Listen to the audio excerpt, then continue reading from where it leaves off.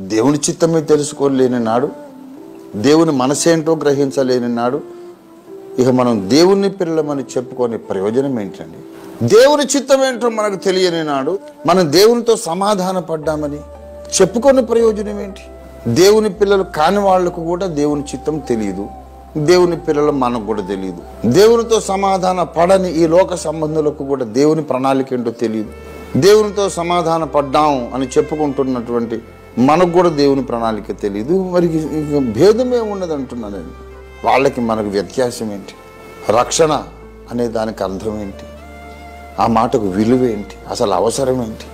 దేవుని చిత్తం ఏమిటో వాళ్లకు తెలియదు, నీకు తెలియదు. రక్షణ పొంది నువ్వు ఉద్ధరించిందేంటి? వెలగబెట్టిందేంటి?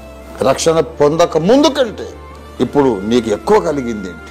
రక్షణ పొందక ముందు నీకు దేవుని చిత్తం తెలియదు, ఇప్పుడు కూడా దేవుని చిత్తం తెలియదు.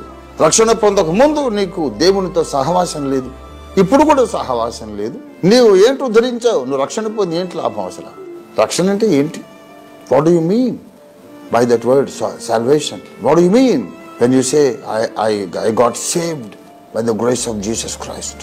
ప్రియ సోదరుడా సోదరి, నువ్వు రక్షణ పొందిన దేవుని బిడ్డవైతే దేవుని చిత్తం ఏంటో నీకు తెలిసి ఉండాలి, దేవుని ఆలోచన విధానం ఏంటో నీకు తెలిసి ఉండాలి, దేవుని మనసు ఏంటో నీకు తెలిసి ఉండాలి, దేవుని ప్రణాళిక ఏంటో నీకు తెలిసి ఉండాలి. అందులో నువ్వు జత పనివాడుగా పని చేయాలి, దేవుని సైనికుడిగా సైనికురాలుగా నువ్వు పని చేయాలి.